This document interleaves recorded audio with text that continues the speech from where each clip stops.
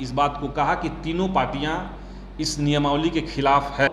दिल्ली के मॉडल पर शिक्षक संगठनों को दोबारा से बुला करके बिहार शिक्षक संघर्ष मोर्चा की एक बैठक की।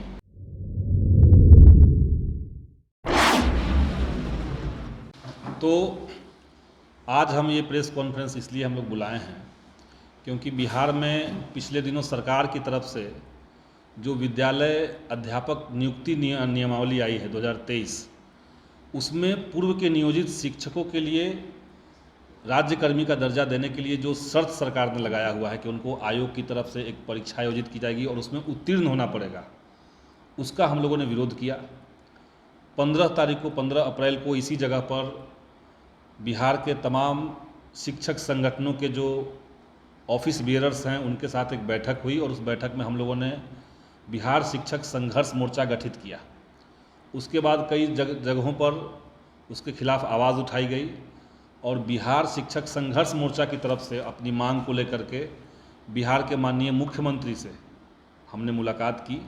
23 तारीख को मुख्यमंत्री से हम लोग मिले और हमने उनको इस बात का ज्ञापन सौंपा कि ये जो नियमावली में प्रावधान किया गया है शिक्षकों को परीक्षा लेने वाली बात, उससे बिहार के तमाम नियोजित शिक्षकों का न सिर्फ अपमान होगा बल्कि सरकार की जो अपनी नियमावली रही है, सरकार का जो अपना शिक्षक नियोजन की जो प्रणाली पुरानी रही है, जिसको खुद माननीय नीतीश कुमार जी ने ही करवाया है, उन सब के ऊपर भी सवालिया निशान उठ रहा है और ये कहीं से भी न्यायपूर्ण नहीं है।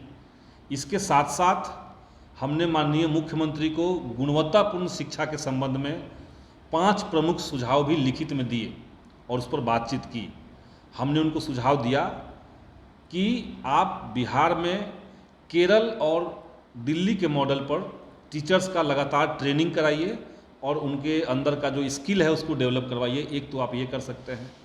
सरकार का जो जांच तंत्र है, जो स्कूलों में जाकर के जांच करता है, उसको भ्रष्टाचार मुक्त करवाइए और उसमें पारदर्शिता लाइए। इसके अलावा भी कई तरह के सुझाव हमने दिए। इसके बाद हमने साफ साफ उनको ये भी कहा कि माननीय मुख्यमंत्री जी का जो बयान था कि 7 दल महागठबंधन के एक साथ आकर के इस निर्णय पर सहमत हुए हैं और तब ये नियमावली आई है, हमने उनको कहा कि हमारी पार्टी CPIML इस बात के लिए एग्री नहीं है।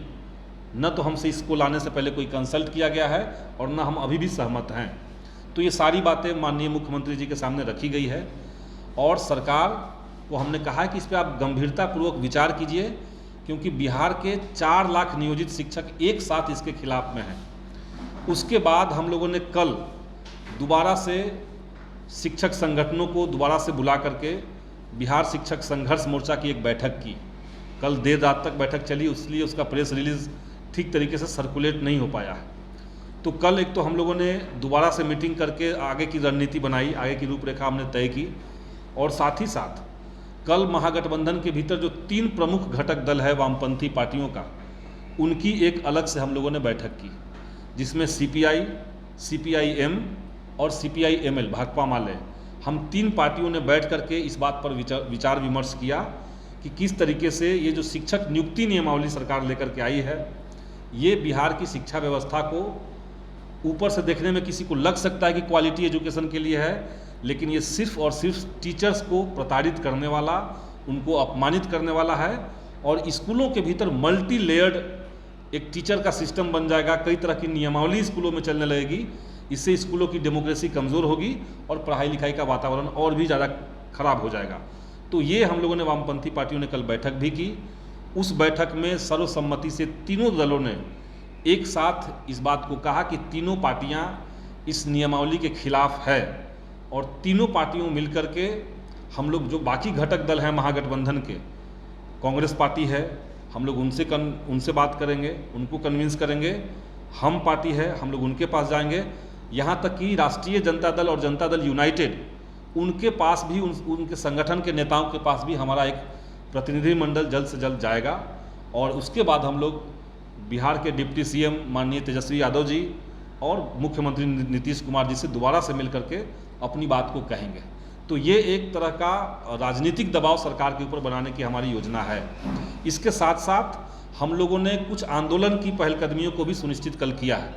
जैसे 1 मई को मजदूर दिवस के दिन समूचे बिहार के शिक्षकों को आह्वान किया गया है कि वो मजदूर दिवस सेलिब्रेट करें, उसको मनाएं, क्योंकि शिक्षक भी एक तरह का समाज के अंदर एक मजदूर के रूप में काम कर रहा है। तो एक संकल्प सभा हम लोगों ने आयोजित करने को कहा है, सभी जगह पे एक संकल्प सभा का आयोजन होगा।